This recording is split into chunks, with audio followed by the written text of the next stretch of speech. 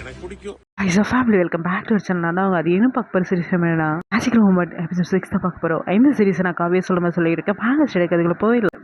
நான் அதுக்காக கேட்ல வெயிட் பண்ணிட்டு இருந்தேன். அப்போ இப்படி இருந்து ஒரு பொண்ணு குறுக்கு அந்த கௌசிக்கு வந்தா அப்படிங்கிற மாதிரி பின்னாடிலேருந்து ஆதிக்கிட்ட ஓடி போனா. பாதி அவளை பார்த்துட்டு யாரா இவ அப்படிங்கிறது அவகிட்ட இருந்து ஒரு ஸ்டெப் தள்ளி ஆழிய பார்த்து என்னாச்சுன்னு சொல்லி கேட்டா. ஆழியோ யாதி 6 டீமுமே ட்ரையல்ஸ் கழிச்சிருக்கு, உனக்கு ரொம்ப ஹாப்பியா இருக்க, நீ அப்படி சோகமா இருக்குன்னு சொல்லி கேட்டாளா. பாதி எதுவுமே சொல்லாம விஷ்ணுவை பார்த்துட்டு இருந்தா. இப்போ விஷ்ணு என்னை யூபி வாரியர்ஸ் ட்ரையல்ஸ் கழிச்சிருக்காங்க, கூடவே டிசி கூட ஹாப்பியான்னு சொல்லி கேட்டா. அது கேட்டவனே ஆதியும் இப்பதான் உயிரே வந்த மாதிரி இருக்குன்னு சொன்னா. ஆனாலுமே மறுபடியும் ஆதி சோகமானலா. அப்போ ஆழியும் அவகிட்ட என்னாச்சுன்னு சொல்லி கேட்டாளா. அதுக்கு ஆதி கிரிக்கெட்லாம் எங்களுக்கு கை வந்த கலை, பட் செம் எக்ஸாம் வரப்போதே என்ன பண்றதுன்னு சொல்லி கேட்டாளா. அதுக்கு அவளோ நீ எக்ஸாம் வர 2 மாசம் இருக்கு, ஓவரா பண்ணாத, நீ கிரிக்கெட் விளையாடுறது பாரு, ஸ்டடீஸ பாத்துக்கிறேன், ஓகேவான்னு சொல்லி கேட்டா. பாதியோ கிரிக்கெட்ன்றது என் உயிர் மூச்சு, அதான் என் கேரியர், எப்படி விளையாடாம இருப்பேன்னு சொல்லி கேட்டாளா. அது கேட்ட ஆழியோ மொக்க போடாதன்னா. அதை அந்த உரமா கேட்டனா சிரிச்சனா. சிரிக்கிறத பார்த்த உடனே ஆதியோ பயங்கர ஷையானா. அதை பார்த்த விஷ்ணு என்ன ஏதோ வெக்கப்படுற மாதிரி இருக்கு என்னன்னு சொல்லி கேட்டாளா. அதுக்கு ஆதியோ ஒன்னும் இல்லைன்னு சொல்லிட்டு அமைதியானா. அப்ப கரெக்டா ஒரு ஃபோன் ரிங் அடிச்சது கேட்டது. ஆழியோ இது யார் ஃபோன் சொல்லி கேட்டாளா. அப்ப ஆதி இது எங்க அம்மாவோட ஃபோன், நான் எமர்ஜென்சி யூஸ் பண்ணி சொல்லி கொடுத்துருக்காங்கன்னா. அவளோ கால் அட்டன் பண்ணி தனியா போய் பேச போனாலா. நாங்களாம் தூரமா இருந்து பார்த்தோம். சிரிச்சு சிரிச்சு அந்த போன்ல பேசிட்டு இருந்தா. போன் பேசி முடிச்ச உடனே எங்க கிட்ட வந்தாளா. அப்ப ஆழியோ என்ன ஏதோ சந்தோஷமா இருக்க மாதிரி தெரியுது, என்னாச்சுன்னு சொல்லி கேட்டாளா. பாதி ஒன்றும் இல்லை, பெங்களூர் டீம் கோச் தான் கால் பண்ணாரு, எனக்கு தெரிஞ்சு எனக்காக ஹைபீட் பண்ணுவாங்கன்னு நினைக்கிறேன், சீக்கிரம் பெங்களூர் டீமோட நானும் ஜாயின் ஆக போறேன்னு நினைக்கிறேன்னா. கேட்டவனே ஆழி அவரே சொன்னாருன்னா. அவரே சொல்லலை, பட் அப்படிதான் இண்டிகேட் பண்ணாரு. அது கேட்டுட்டு விஷ்ணு என்ன ஆதி அடிக்கடி கர்நாடகாலேருந்து ஃபோன் வருது என்னன்னு சொல்லி கேட்டாளா. அப்போ ஆதியோ என்ன அப்படின்னா இல்லை ஒரு வேலை ஃபியூச்சர் கர்நாடகாவில் தானோ அப்படின்னு சொன்னதுக்கு ஆதியோ செருப்புல செருப்பு பிஞ்சிரும்னா. விஷ்ணு 2 அடி தூரமா போயின்னு வேலை ஃபியூச்சர்ல கர்நாடகாவில் தான் குப்பை கொட்டணும் இருந்துச்சுன்னா நேரில் தடுக்க முடியாதுங்கோ அப்படின்னு சொல்லிட்டு அவங்க இந்த ஓடினால. ஆதியுமே அவளை பின்னாடியே விரட்டிட்டு ஓட போனா. அப்ப ஆடி ஆதியை பிடிச்சி அவன் கிடக்குறான், இதை பத்தியில யோசிக்காத, ஃபோக்கஸ் மொத்தத்தையும் கிரிக்கெட்ல வச்சுக்கோ, ஸ்டடீஸை நான் பாத்துக்கிறேன், கிரவுண்டுக்குள்ள விளையாடு, கிரவுண்டுக்கு வெளியில படி, இப்ப ப்ராப்ளம் சால்வான்னு சொல்லி கேட்டா. அப்ப ஆதியோ கே மேன் ஐ டூன்னா. அதுக்கப்புறம் அங்கிருந்து எல்லாம் போயிட்டாங்க. ஆதியோ என்னை திரும்பி பார்த்தா. அப்ப ஆதிக்கு எனக்கு நடுவுல 10 அடி தூரம் தான் இருக்கும். ஆதியோ என்னை பார்த்து என்னை மிஸ் பண்ணீங்களான்னு சொல்லி கேட்டா. அப்ப நான் கிட்ட இல்லையே என்ன, நீங்க வேணா என்னை மிஸ் பண்ணாம இருக்கலாம், ஆனா நான் உங்களை ரொம்ப மிஸ் பண்ணேன்னு சொல்லி என்னை டச் பண்ண வந்தா. ஆனா டச் பண்ணல. டச் பண்ணாம அவ கையை 2த்தையும் கட்டிக்கிட்டு கிட்ட வந்து அவ கண்ணை கொஞ்சம் கூட இமைக்காம வச்சுக்கன்னு வாங்காம என்னைய பார்த்துட்டு இருந்தா. பார்த்தது எப்படி இருந்துச்சுன்னா, அவனை எவ்வளோ மிஸ் பண்ண தெரியுமா, அவனுக்கு தெரியாதுடி நான் அவனை எவ்வளோ மிஸ் பண்ணிக்கிட்டே இருக்கேன்னு. அது எப்படி இருக்குன்னா, ஒரு நிமிஷம் கூட உன்னை விட்டு தள்ளி இருக்கக்கூடாது, என்னால் உன்னை விட்டு தள்ளி இருக்க முடியாதுடின்ற மாதிரி நான் பார்த்துட்டு இருந்தாளா. அப்போ குறுக்க அந்த கௌசிக்கு வந்தான்ற மாதிரி ஆழி ஆதியை கூப்பிட்டா. ஆதியோட மைண்ட் வாய்ஸ் என்னவா இருக்குன்னா, இவன் ஒருத்தி கீழே இருக்கிற வேகையெல்லாம் மூஞ்சில் வச்சுட்டு அவசரம் வாங்கிட்டு இருக்கான், எங்க கொண்டு அடிச்சேன்னு வை பானு பொழந்துருவேன், அந்த மாதிரி தான் இருந்திருக்குன்னு நினைக்கிறேன். கரைக்குள்ள போவோம். ஆழி ஆதியை கூப்பிட்ட உடனே அவ பின்னாடியே போயிட்டா. இவ்வளோ டீப்பா இவங்க 2 பேரும் எங்க போயிட்டு இருக்காங்க போய் பின்னாடியே பார்த்தா. ஆதி அந்த பக்கம் விஷ்ணு அந்த பக்கம் உட்கார வச்சு நடுவில் உட்காந்து அவங்க 2 பேருக்கும் டியூட்டர் பண்ணிக்கிட்டு இருந்தா. அந்த சுச்சுவேஷன் அவங்க 2 பேரும் பார்க்கும்போது என் மைண்ட் வாய்ஸ் என்ன இருந்துச்சுன்னா, யார் பெற்ற மகனோ இவன் யார் பெற்ற மகனோ அந்த சாங் தான் நான் வந்துச்சு. ஏன்னா அவங்க 2 பேரும் ஐயோ விதியே ஆனாலும் வாங்கி கொள் அந்த சாங்ல வர மாதிரி தான் 2 பேரும் உட்காந்துட்டு இருந்தாங்க. பாதியும் விஷ்ணுவும் என்னை பார்த்துட்டாங்க. அவங்க மைண்ட் வாய்ஸ் என்னவா இருக்குன்னா, என்னை எப்படியாச்சும் காப்பாத்துறா இவங்கிட்ட இருந்து அப்படிங்கிற மாதிரி தான் பார்த்துட்டு இருந்தாங்க. உங்களை பார்த்து சிரிச்சுக்கிட்டே அங்க இருந்து நான் போயிட்டேன். பேர் வேடிக்கை பார்த்தா ஆழி ஒழுங்கா ஸ்டடீஸ்ல கான்சன்ட்ரேஷன் பண்ணுங்கன்னு சொல்லி மண்டை மேலே ஒரு தட்டு தட்டி 2 பேரையும் படிக்க சொன்னா. ஒரு நாள் ஆதியோ அவங்க மேம் வச்சு டெஸ்ட்டை ரொம்ப சின்சியராக எழுதிட்டு இருந்தா. ஆனால் அவளை தவிர அங்கே இருந்தவங்க எல்லாருமே சீக்கிரமா எழுதி முடிச்சுட்டு பேப்பரை சப்மிட் பண்ணிட்டு ஒருத்தர் வெளில வந்துட்டு இருந்தாங்க. ஏன்னா அன்னைக்கு தான் IPL ஆக்ஷன் நடந்துட்டு இருந்தது. ஆதியை தவிர மற்ற எல்லாருமே வெளியே வந்து ஆக்ஷனையே பார்த்துட்டு உட்காந்துட்டு இருந்தாங்க, திருட்டுத்தனமா செல்லுல. ஆதியோட நேம் வந்த உடனே அங்கிருந்த 6 டீமுமே போட்டி எடுக்க முயற்சி பண்ணிட்டு இருந்தாங்க. 20 lakhsல இருந்த அவளோட பேர் கொஞ்சம் கொஞ்சமா இன்க்ரீஸ் ஆகி 5 crores போச்சு. 5 crores போன உடனே பெங்களூர் தவிர மற்ற எல்லா டீமுமே வேற வழியே இல்லாமன்னு சொன்னாங்க. தென் என்ன ஆதி பெங்களூர் டீம் போனா ஆதி விளையாடுறதுக்கு முன்னாடி ஆக்ஷன்லேயே ஒரு ரெக்கார்டை பிரேக் பண்ணா. அது ரெக்கார்டு என்னன்னா, இது வரைக்கும் அன்கேப்டு பிளேயர்ஸ் யாருமே இந்த ப்ரைஸை டச் பண்ணதே கிடையாது. இதுவும் ஒரு இந்தியனா அதுதான் ஃபர்ஸ்ட் ரெக்கார்ட். அதுக்கப்புறம் விஷ்ணுவோட பேரும் ஆக்ஷன்ல வந்துச்சு. விஷ்ணுவை மும்பை இந்தியன்ஸ் எடுத்தது. பொறுப்பு புரியல ஆதி டெஸ்ட் எழுதி முடிச்சுட்டு பேப்பரை சப்மிட் பண்ணிட்டு வெளியே வந்தாளா. வெளியே வந்த உடனே அவன் பிடிவை சுத்தி நின்று ஆதி ஆதின்னு சொல்லி கத்திட்டு இருந்தாங்க. ஆழிக்கிட்ட ஆதி அதை பத்தி கேட்காம விஷ்ணுவை பத்தி கேட்டா. அப்ப ஆழியோ விஷ்ணு 75 lakhs அனுப்பியிருக்கான்னு சொல்லி சொன்னாலா. அதை கேட்ட ஆதியோ எந்த டீம் சொல்லி கேட்டா. அப்ப அவளோ எம்ஐக்குன்னு சொன்னாலா. ஆதி ஓகே நானும் சொல்லி கேட்டா. நீ பெங்களூர் டீமுக்கு போயிருக்க, இது மட்டும் இல்லாம நீ விளையாடாம ஒரு ரெக்கார்ட் பண்ணிருக்க, 5 கோடிக்கு பெங்களூர் டீம் எடுத்திருக்குன்னு சொல்லி சொன்னாலா. ஆனா ஆதிக்கு அது எதுவுமே காதுல விழல. ஃப்ரெண்டுக்கு அகைன்ஸ்டா வந்த போறது நினைச்சு ரொம்பவுமே சோகமானா பயங்கரமா அழ ஆரம்பிச்சாங்கவே. விஷ்ணு ஆதி கிட்ட வந்து அவங்க என்ன வாங்கிட்டாங்கடி, ஆனா உனக்கு அகைன்ஸ்டா எப்படி பவுல் பண்ணுவேன், நேட்ஸ்ல என்ன பவுலிங் உனக்கு எது எதுபடாது, எப்படி உனக்கு அகைன்ஸ்டா பவுலிங் பண்ணுவேன், எனக்கு எந்த ஒரு ஐடியாவுமே இல்லை. ஏன்னா அவங்க வாங்கிட்டாங்க தான், ஆனால் என்னை பிளேயிங் லெவலில் எடுப்பாங்களேன்னு எனக்கு தெரியல, எனக்கு அகைன்ஸ்டாக விளையாட போகிறது நினச்சி நீ கவலைப்படாத, பெஸ்ட்டு கொடுன்னு சொல்லி சொன்னாலா. பாதியோ நானுமே ஒரு அன்காப்டு பிளேயர் தான், ஒன்று மாதிரி தான்னாலா. இப்போ விஷ்ணுவோ ஆனால் நீ ஒன்றும் இல்லை, அவர் பவுலர், நீ ஒரு பேட்ஸ்மேன், இதுலேயும் ஆல்ரவுண்டர். ஏன்னா பாரு ஸ்டார்டிங் லெவல்லே நீ சூஸ் ஆவ, எப்போ கேம்பில் ஜாயின் பண்ணணும்னு சொல்லி கேட்டாலா. அப்போ ஆதியோ இன்னும் 2 வீக்குள்ளே நான் கிளம்பிடுவேன்னா நீனும் சொல்லி கேட்டாளா. அப்போ விஷ்ணுவோ நானும் தான்ண்ணா. அப்போ கோச் ஒரு ஃபோன் எடுத்துட்டு என்னாரு இவங்கிட்ட பெங்களூர் டீம் கோச் பேசுமான்னு சொல்லி கொடுத்தாரா. அப்போ ஆதி அந்த ஃபோனை வாங்கி பேசினா.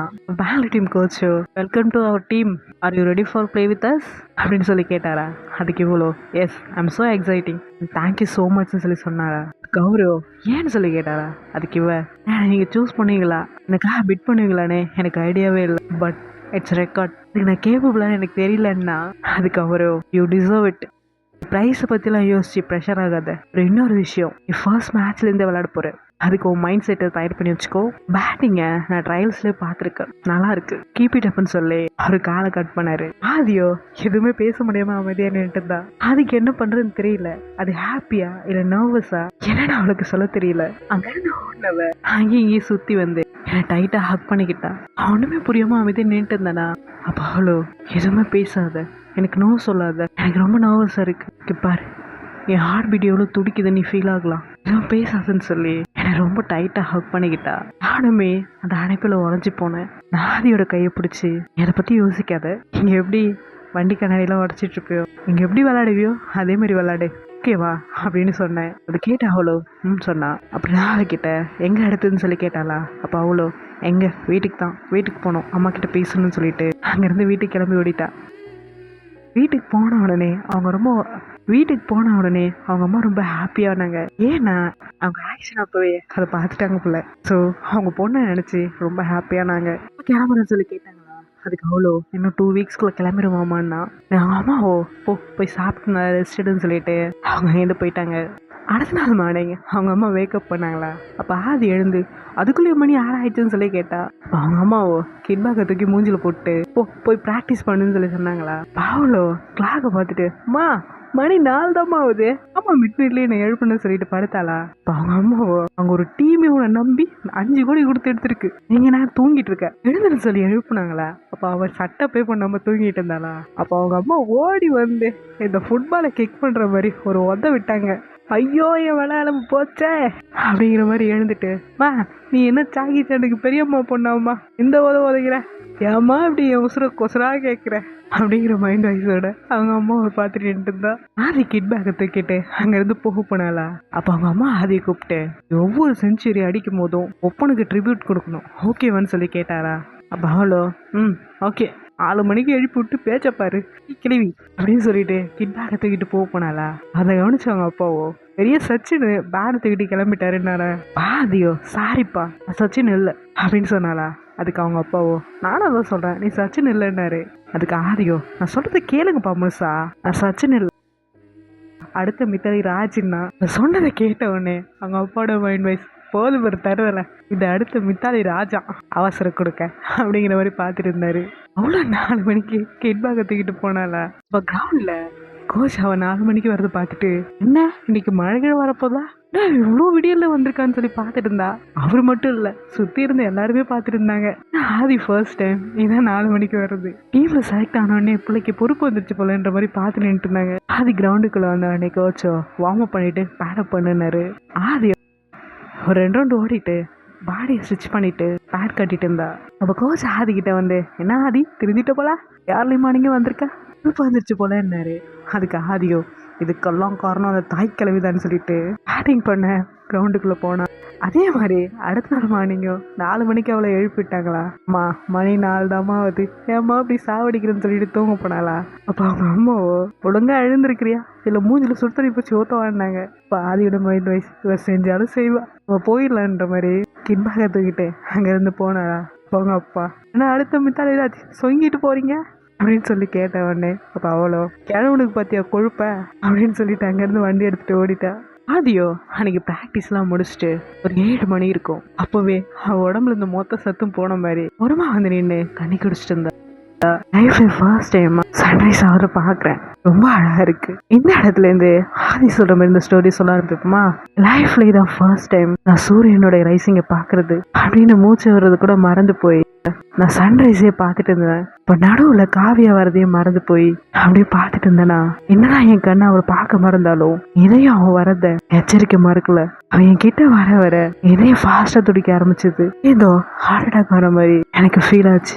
உடனே இது என்ன ஃபீல்னு தெரியாம அந்த இடத்துல இருந்து நான் கிரவுண்டுக்குள்ள ஓடி போயிட்டேன். ஒரு 8 மணி இருக்கும். நான் வீட்டுக்கு போனேன். என் அம்மாவோ எனக்கு பிடிச்ச ஃபுட் எல்லாம் ரெடி பண்ணி வச்சுட்டு இருந்தாங்க. அப்ப நான் போய் ஃப்ரெஷ் அப் ஆயிட்டு யூனிஃபார்ம் எல்லாம் போட்டுட்டு வெளில வந்து நின்று இருந்தேன். அப்ப வேன் ஹார்ன் அடிக்கிற சவுண்ட் கேட்டுச்சு. அப்ப நான் என் அம்மா கிட்ட, அம்மா வேன் ஹார்ன் அடிக்கிற சவுண்ட் கேக்குதுன்னு சொன்னேன். அதுக்கு என் அம்மாவோ, அதனால என்ன போய் சாப்பிட்டு இருந்தாங்க. அப்ப நான் அவங்க கிட்ட, இல்லம்மா நான் வேன்ல போறேன்னு சொல்லிட்டு அவங்க கிட்ட சொன்னேன்னா, அதுக்கு அவங்களோ, ஏன் பைக்ல போலாம்னாங்க. அப்ப நான் கிட்ட, இல்லம்மா எனர்ஜி டோட்டலா டவுன் ஆயிடுச்சு, வேன்ல போட்டுமான்னு சொல்லி சொன்னா. அது கேட்ட அவங்க ஏதோ சரியில்லையே அப்படிங்கிற மாதிரி என்ன பார்த்தாங்க. நான் கிட்ட எல்லாமே வேணாந்துச்சு பாயின்னு சொல்லிட்டு அங்கிருந்து நான் ஓடுனா. இப்ப என் அம்மாவோ, சாப்பிட்டு போடினாங்க. நான் கிட்ட பயமான்னு சொல்லிட்டு வேன்ல போய் ஏறினேன். டிரைவருக்கு பக்கத்து சீட்ல ஒரு பர்சன் உட்காந்துட்டு இருந்தாளா. அதை பார்க்கும் போது எனக்கு செம்ம காண்டாச்சு. அதுக்கப்புறம் நான் பின்னாடி போய் உட்காந்தேன். வேன் காலேஜுக்குள்ள போனதுக்கு அப்புறம் நான் வேன்ல இருந்து இறங்கி வரது பார்த்த ஆழியும் விஷ்ணுவும், ஏன் என்னாச்சுன்னு சொல்லி கேட்டாங்க. அப்ப நான் கிட்ட, இன்னும் இல்ல விஷ்ணுவை ஃபுட்டை கொடுன்னு சொல்லி நான் விஷ்ணு கிட்ட இருந்து ஃபுட்டை பிடிங்கிட்டு போய் ஆவியிட்ட கொடுத்து டிரைவர் இருந்தாங்க, இந்த ஃபுட் எடுத்துக்கோங்கன்னு சொல்லி சொன்னேன். பாவலோ நோ சொல்ல வந்தாளா. அப்ப நான் கிட்ட, என்ன சொல்ல போறீங்க, எனக்கு ஃபுட் வேணும், நான் ஃபுட் எடுத்துட்டு வர சொன்னேன்னா எனக்காக யாரும் கஷ்டப்பட வேண்டாம், எனக்காக இன்னொருத்தர் கஷ்டப்பட்டா எனக்கு பிடிக்காது, அதானே கேட்டேனா. அதுக்கு அவ்வளோ பாய்னு சொல்லிட்டு அங்கிருந்து போயிட்டா. இப்ப நான் அப்படி என்ன கேட்டுக்கிட்டேன் அப்படிங்கிற மாதிரி பார்த்துட்டு இருந்தேனா. அவன் விஷ்ணு என்கிட்ட வந்து, ஏன்டா இந்த பொழப்பு அப்படிங்கிற மாதிரி என்ன சொன்னான். நான் கிட்ட, இதெல்லாம் ஒரு தொழில் ரகசியம் ஆச்சு அப்படின்னு உனக்கு புரியாதுன்னு சொல்லிட்டு அங்கிருந்து நான் போக போனேன்னா, இன்னொரு பர்சன் கிட்ட வந்து பேசுறத பார்த்தேன். விஷ்ணு கிட்ட யாருன்னு சொல்லி கேட்டேன். அப்ப விஷ்ணுவோ, யாரும் டாக்டரான்னு சொன்னா. அதுக்கு ஆழி, தெரிஞ்ச வரைக்கும் இவ கேர்ள் ஃப்ரெண்ட் நினைக்கிறேன்னா. கேர்ள் ஃப்ரெண்டா அப்படிங்கிற மாதிரி ஷாக்கை பார்த்துட்டு இருந்தேனா. அவங்க 2 பேரும் பேசி சிரிச்சுக்கிட்டு அங்கிருந்து போயிட்டு இருந்தாங்க. ஈவினிங்கும் நான் வேன்ல தான் போனேன். ஆனா டிரைவர் என்னை பார்க்கவே இல்லை. வேன்ல போகும்போது ஒரு டைம் கூட டிரைவர் என்னை திரும்பி பார்க்கவே இல்லை. எனக்கு அது ரொம்ப ஹர்ட் ஆச்சு. அவன் என்ன ஒரு டைம் கூட திரும்பி பார்க்கவே இல்லைன்னு வேன்ல இருந்து இறங்கினதுக்கு அப்புறம் யோசிச்சுக்கிட்டே வீட்டுக்கு போனேன். அப்ப என் அம்மா கிட்ட, ஓகே ஃப்ரெஷ் அப் ஆயிட்டு வந்து சாப்பிடுன்னு சொன்னாங்க. அப்ப நான் கிட்ட, எனக்கு பசிக்கலன்னு சொல்லிட்டு வீட்டுக்கு போய் ட்ரெஸ் மாத்திட்டு கிட் பேக் எடுத்துட்டு நான் கிரவுண்டுக்கே போயிட்டேன். நைட்டு தான் வீட்டுக்கு வந்தேன். என் அம்மா என்கிட்ட, ஓகே நீ காலையும் சாப்பிடல, ஈவினிங் வந்தது சாப்பிடல, நைட்டு சாப்பிடலன்னாங்க. இல்லம்மா எனக்கு பசிக்கல, நான் சாப்பிட்டேன்னு சொல்லிட்டு நான் பெட்ல போய் படுத்தேன். அந்த பர்சன் யாரா இருக்குன்னு எனக்கு பயங்கர டிஸ்டர்ப் ஆச்சு. ஒரு வேளை ஆடி சொல்றது உண்மையா இருக்குமோ, என்ன பண்ணதுன்னு தெரியலையேன்னு சொல்லி யோசிச்சுட்டு இருக்கும் போது என் மைண்டுக்குள்ள என்ன வந்துச்சு, அவ யார்கிட்ட பேசினா நமக்கு என்ன, ஏன் நமக்கு இப்படி ஃபீல் ஆகுது, அவ்வளவு முக்கியமா ஆதி உனக்கு அவ, ஏன்டா அவளை பத்தி நினைக்கும் போதெல்லாம் உன் ஹார்ட் பீட் இவ்வளவு ரைஸ் ஆகுது, நீ ஏன் இவ்வளவு நர்வஸ் ஆகுற, அதே விஷ்ணு உன்னை டீஸ் பண்ற மாதிரி நீ உண்மையிலே அவளை லவ் பண்றியா, நீ ஏன் இந்த அளவுக்கு அவளை மிஸ் பண்ற அப்படின்னு நான் ரொம்ப குழப்பிக்கிட்டேன். என்னை போட்டு அவளை பத்தி யோசிக்கும் போதெல்லாம் என்னையே அறியாம ஒரு சில கண்ணீர் துளி கண்ணாடத்துல வரும். ஓகே மார்னிங் போகிறோம், நம்ம லவ் அவகிட்ட சொல்கிறோம். நோ சொல்கிறா எஸ் சொல்கிறா அதுக்கு முக்கியம் இல்லை, நாம நம்ம லவ் சொல்லி விட்டுறோம் மாதிரி யோசிச்சு பார்த்துட்டு படுத்துங்கிட்டேன். மார்னிங் ரொம்ப அழகா கியூட்டா ஹேண்ட்ஸமாவும் காலேஜுக்கு ரெடி ஆகிட்டு இருந்தேன். என் அம்மா அதை பார்த்துட்டு என்ன எளிய அம்மனமா ஓடுதுன்னாங்க. அப்போ நான் கிட்ட எதுக்கு சுற்றி வளைச்சிட்டு டேரெக்டாகவே கேட்கலாம் இல்லை என்ன. அதுக்கு அவங்களும் என்ன ஏதோ கேர்ள் ஃப்ரெண்டை மீட் பண்ண மாதிரி ரெடி ஆகிட்டு இருக்கேன்னு சொல்லி கேட்டாங்களா. அப்போ நான் கிட்ட கேர்ள் ஃப்ரெண்ட் இல்லைம்மா, என் கேர்ள் ஃப்ரெண்டாக போகிறவங்களுக்கு ப்ரப்போஸ் பண்ண போகிறேன்னு.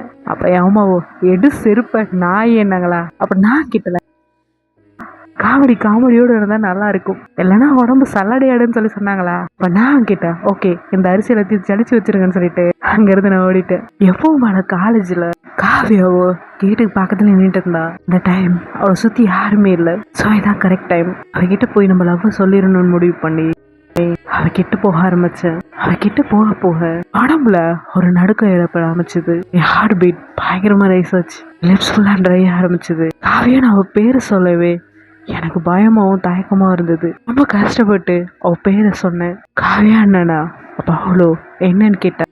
அப்ப அவ கையெடுத்து என் ஹார்ட்ல வச்சேன். அப்ப காவியாவை என்கிட்ட ஏன் அவனோட ஹார்ட் இவ்வளோ வேகமா துடிக்குதுன்னு சொல்லி கேட்டா. இப்ப நானும் அதெல்லாம் ஒன்னாலதான் அவ என்னன்ற மாதிரி என்னை பார்த்தாளா. இப்ப நான் அவகிட்ட ஃபர்ஸ்ட் டைம் எப்ப பார்த்தனோ அப்பத்துல இருந்தே இந்த துடிதுடிப்பும் பரபரப்பும் எனக்குள்ள ஏற்பட ஆரம்பிச்சது. அப்ப எனக்கு தெரியல இது ஏன் எனக்குள்ள இப்படி ஆகுதுன்னு. ஆனா நீ ஒருத்தர் கூட நீ க்ளோஸா பேசிட்டு இருந்தல, அந்த தருணம் தான் நான் முடிவு பண்ணேன். ஒருவேளை இயற்கையே எனக்கு சொல்லிச்சேன்னு தெரியல, இல்ல நானே ரியலைஸ் பண்ணனான்னு எனக்கு புரியல. ஃபர்ஸ்ட் டைமா இந்த லவ் ஃபீல் எனக்குள்ள வந்திருக்கு காவியா. அவன் முன்னாடி மண்டி போட்டு காவியா என் லவ் அக்செப்ட் பண்ணிப்பியா, லவ்வரா என்னை ஏத்துப்பியான்னு சொல்லி கேட்டேன். காவியோட அமைதியை பார்த்ததுக்கு அப்புறம் காவியா நான் இவ்வளவு பேசுறேன் நீ ஏன் அமைதியா இருக்க, ஏன் என்ன பிடிக்கலையான்னு சொல்லி கண்ணுல இருந்து கண்ணீர் வழிய ஆரம்பிச்சது. அப்ப காவியா என் கணத்தை தாங்கி பிடிச்சு இப்பயே அவன் கண்ணுல இருந்து கண்ணீர் வருது. அவன்கிட்ட சொன்னடா நான் லவ் பண்ணலன்னு, எனக்கு உன் லவ் பார்க்கணும்னு ஆசைப்பட்டேன், அவ்வளவுதான். நான் இப்ப பாத்துட்டேன், அது நல்லா கேட்டுக்கோ. I love you, I love you so much. நல்லா அப்ப நான் காவியா கிட்ட ஓகே எனக்கு கிளாஸ் இருக்கு பாய்ன்னு சொல்லிட்டு இங்கிருந்து போக போனேன்னா. அப்ப அவ டக்குன்னு என் கையை பிடிச்சி இழுத்து என்னடி வந்த லவ் சொன்ன அப்படியே போற வான்னு சொல்லி இழுத்து நெத்தில ஒரு கிஸ் பண்ணா. இந்த கிஸ் ஏன் உனக்கு கொடுத்தோம் தெரியுமா, இன்னும் இருந்து தருணத்துல இருந்து நீ எனக்கு மட்டும் தான் சொன்ன, ரிஜிஸ்டர் பண்ணி ஸ்டாம்பை குத்திட்ட, யுவர் மைண்ட் என்ன புரியுதான்னு சொல்லி கேட்டாளா. அப்புறம் ரொம்ப சவுண்டா ஒரு ஹார்ன் அடிக்கிற சவுண்ட் கேட்டுச்சா. என்ன ஹார்ன் அடிக்கிற சவுண்ட் கேக்குதுன்னு திரும்பி பார்த்தா கனவு. கனவா, இந்த கனவு நீ கண்டிப்பா நிஜமாகனு முடிவு பண்ணி இருந்து கீழே இறங்கி போறோம். அவகிட்ட லவ் சொல்றோம், நம்ம அவளோட லவ்வர் ஆகிறோம். டைல நான் விஷ்ணு கிட்ட போயிட்டு என்ன விஷ்ணு நான் சொன்னதை வாங்கிட்டு வந்து சொல்லி கேட்டேனா. அதுக்கு விஷ்ணுவோ ஓன்னு சொல்லிட்டு 3 ரோஸ் எடுத்து என்கிட்ட நீட்டினா. அப்ப நான் அந்த ரோஸை வாங்கின உடனே ஏன்னா அந்த ரோஸ் காவியாக்கு தானே சொல்லி கேட்டா. அப்ப நான் விஷ்ணு கிட்ட அப்படிலாம் அவனும் இல்லையேன்னு சொல்லிட்டு நான் ரோஸை வாங்கிட்டு அங்கிருந்து போனா.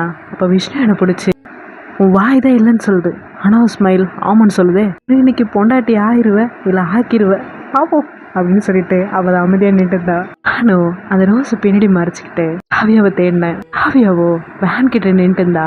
நானும் ஸ்மைல் பண்ணிக்கிட்டு காவியாவை நோக்கி போயிட்டு இருந்தேன். இப்ப குறுக்கு அந்த கௌஷிக் வந்தான்ற மாதிரி ஆழி என்கிட்ட வந்தா. ஆக்சுவலி எங்க 2 பேருக்கு நடுவுல ஒரு 100 மீட்டர் கூட இருக்காது. இன்னும் 2 ஸ்டெப் எடுத்து வச்சிருந்தா நான் அவகிட்ட போயிருப்பேன். கிட்ட வந்த ஆழி அவகிட்ட ஒன்று பேசணும்னு சொல்லி என்னை பிடிச்சி எடுத்தாளா. நான் அவகிட்ட எனக்கு ஒரு முக்கியமான விஷயம் இருக்கு, நான் அதை முடிச்சுட்டு வந்துடுறேனே அப்புறம் பேசலாமேன்னு. பாவலோ இப்போ இந்த நிமிஷம் பேசணும் வான்னு சொல்லி என்னை பிடிச்சி இழுத்துட்டு போனேன். நான் ஆழிகிட்ட என்னாச்சுன்னு சொல்லி கேட்டேன். அப்போ ஆழி என்கிட்ட என்ன காவியாக்கு ப்ரப்போஸ் பண்ண போறியான்னு சொல்லி கேட்டாளா. நான் ஆழிகிட்ட ஆமா அவளுக்கு ப்ரப்போஸ் பண்ண போறேன், எப்போ அவளை ஃபர்ஸ்ட் பார்த்தனோ அப்போவே அப்படின்னு சொல்லி ஸ்டார்ட் பண்ணனா. அப்ப ஆடி என்னை தடுத்து ஏன்னா ஆதி அவளை விட்டுரு, அவ பாவம் சின்ன பொண்ணு, அவளால இதை தாங்கிக்க முடியாது, அவளோட க்ரோத்தை வச்சுதான் ஃபேமிலி க்ரோத் இருக்கு, அவன் வேலைக்கு போனாதான் அவங்க ஃபேமிலியெல்லாம் இருக்க முடியும், உண்மையா லவ் பண்ணா நானே உனக்கு சப்போர்ட் பண்ணுவேன்னாலா. அதை கேட்டு ஆதி நீ சொன்னது கரெக்ட் தான், சின்ன பொண்ணு என் விளையாட்ட விட்ட காட்ட மாட்டேன், நீ பயவிடாதுன்னு சொல்லிட்டு அங்கிருந்து ஆதி போனாலா. பாடி ஆதியை கூப்பிட்டு எங்க போறேன்னு சொல்லி கேட்டா. இல்ல ரெஸ்ட் ரூம் போனோம், போயிட்டு கிளாஸ்க்கு வரேன் நீ போன்னு சொன்னா. பாழியோ ஓகே சீக்கிரம் வந்துடுன்னு சொல்லிட்டு அவ கிளாஸ்க்கு போனா. அப்ப நானும் ரெஸ்ட் ரூம்குள்ள போயிட்டு அங்க ஏதாவது டேப் மொத்தத்தையும் ஓப்பன் பண்ணி விட்டு பயங்கர மழை ஆரம்பிச்சு. ஏன் என்னால ஒருத்தர் உண்மையா லவ் பண்ண முடியாதா, ஏன்னா உண்மையா ஒருத்தர் லவ் பண்ண கூடாதா, ஏன் லவ் பண்றது எனக்கு தகுதி இல்லையா, காவியமலை உயிரே வச்சிருக்கேன், அது ஏன்டி உனக்கு புரியல, என்னால யாரையும் உண்மையா லவ் பண்ண முடியாதுல்ல. அவளே ரொம்ப அழுத ஒரு வழியா அழுது முடிச்சிட்டு காவியம் வேணாம் லவ் வேணாம் எனக்கு எது வேணாலும் முடிவு பண்ணி மூஞ்சி கழுவிட்டு அங்கேருந்து ஸ்ட்ரைட்டாக கிளாஸ்க்கு போனேன். கிளாஸ்க்குள்ள போனேன். விஷ்ணு என்கிட்ட என்ன ரோஸ் கொடுத்துட்டியா, ப்ரப்போஸ் பண்ணிட்டேன்னு சொல்லி கேட்டாளா? பட் நான் கேட்டேன், என்னடி பைத்தியக்காரி மாதிரி வளர்றேன், என்னடி பைத்தியக்காரி மாதிரி வளர்றேன்னு. அதுக்கு அவ்வளோ இப்போ இந்த ரோஸ் யாருக்குன்னு சொல்லி கேட்டா. யாருக்கு? நம்ம சாருக்கு தான் சொல்லி என் கிளாஸ் சார்கிட்ட எடுத்துட்டு போய் கொடுத்தேன். சார் நீங்க என்ன ரொம்ப மோட்டிவேட் பண்ணீங்க, இந்த மோட்டிவேஷனால தான் நான் இன்னைக்கு அந்த இடத்துல இருக்கேன், தேங்க்யூ சார்னு சொல்லி அந்த ரோஸ் அவர்கிட்ட கொடுத்துட்டு நான் வந்து உட்காந்தேன். அப்போ விஷ்ணு என்னை பார்த்து, இந்த ஆள் மோட்டிவேட் பண்ணி தான் நீ இப்போ இங்கே விளையாட போற, அதனால தான் பெங்களூர் டீம் உன்னை சூஸ் பண்ணியிருக்கு, என்னமோ நடந்திருக்கு மறைக்கிறல்ல, நான் அவங்ககிட்ட எதுவும் கேட்கல, நீயாவே சொல்லாட்டி போன்னு சொல்லிட்டு விஷ்ணு ரொம்ப கோவமா உட்காந்தா. ஒருவேளையா நான் கேம்ப்ல ஜாயின் பண்ண வேண்டிய டைட் வந்துச்சு. எனக்கு கார் வந்து நின்னுது. இப்பதான் நான் செய்ய வேண்டிய வேலை எனக்கு ஒரு ஞாபகம் வந்துச்சு. நான் கேட்டேன், எனக்காக ஒரு 1 hour வெயிட் பண்ண முடியுமான்னு சொல்லி கேட்டுட்டு என் வேலையை முடிச்சுட்டு 1 hour கழிச்சு வந்தேன். என்கிட்ட எல்லாரும் என்ன வேலை செய்ய போனோன்னு சொல்லி கேட்டாங்களா? இப்போ நான் கேட்டேன், கூடிய சீக்கிரத்தில் அது உங்களுக்கு தெரிய வரும்னு சொல்லிட்டு கார்ல ஏறினேன். ஏன்னா வழி அனுப்புறதுக்கு காவி அங்கே வரல. அவள் எப்படி வருவா? அவள் என்ன என் கேர்ள் ஃப்ரெண்டா இல்லை ஃப்ரெண்டா? படிக்கிற காலேஜில் ஒர்க் பண்ணுற ஒரு டிரைவர், அவ்வளோதான் யோசிச்சுட்டு கார்ல ஏறி உட்காந்தேன். யாஸ் என் கனவு எல்லாமே நிறைவேறுச்சு. ஆனால் ஏன்னு தெரியல என்னால் ஃபுல்லாக சந்தோஷப்பட முடியல. கேம்ப்ல ரொம்ப சோகமாக சுற்றிட்டு இருந்தேனா, அதை பார்த்த இன்னொரு பிளேயர் என்கிட்ட வந்து, என்ன சோகமா இருக்க, லவ் ஃபெயிலியரான்னு சொல்லி கேட்டாங்க. அப்ப நான் கேட்டேன், லவ்வா? என்னை யாருமே லவ் பண்ணதில்ல, அவர் எப்படி நான் லவ் ஃபெயிலியர் ஆவான்னு சொல்லி கேட்டேன். அவங்களே என்கிட்ட அப்படியே சோகமா இருக்குன்னு சொல்லி கேட்டாங்களா? அப்ப நானும் என் லவ் நான் அவங்க கிட்ட சொல்லவே இல்லை. சொன்னா தானே தெரியும் அது சக்சஸ் ஆகல ஃபெயிலியரான்னு. அவ சொல்லவே இல்லை என்ன. அதுக்கு அவங்களோ ஏன்னு சொல்லி கேட்டாங்களா? நான் கிட்ட தெரியல என்ன. அப்போ அவங்களோ, நம்ம லவ் சக்ஸஸா இல்லை ஃபெயிலியரான்றதை நம்ம முன்னாடி சொல்லக்கூடாது, ஃபர்ஸ்ட் நீ அவகிட்ட லவ்வை சொல்லியிருக்கணும், எஸ்ஸால நோவன்னு அவன் முடிவு பண்ணிக்கிட்டோம், சொல்லிருக்கலாம்லன்னாங்க. நான் கிட்ட வேண்டாமே என்னன்னா நாங்களே என்கிட்ட, ஓகே லவ்ல வேணா நீ ஃபெயிலியராக இருக்கலாம், ஒரு கிரிக்கெட்டரா நீ ஃபெயிலியர் ஆகக்கூடாது, வா ப்ராக்டிஸ்க்கு போகலாம், தேவதாஸ் மாதிரி மூஞ்சி வச்சிருக்காத வான்னு சொல்லி அதை கூப்பிட்டு போனாங்க. Is a family. எந்த இடத்துல நான் ஸ்டோரியை ஸ்டாப் பண்ணுறேன். சேனலை கூட நம்ம அடுத்த வீடியோவில் பார்க்கலாம். முடிஞ்ச வரைக்கும் நான் வீடியோ சீக்கிரமாக போட பார்க்குறேன். Is a family. இந்த வீடியோ உங்களுக்கு லைக் பண்ணுங்கள், ஷேர் பண்ணுங்கள், கமெண்ட் பண்ணுங்கள், சப்ஸ்கிரைப் பண்ணுங்கள், மறக்காம பெல் ஐகானை கிளிக் பண்ணி விட்டுருங்க. Is a family. பாய்.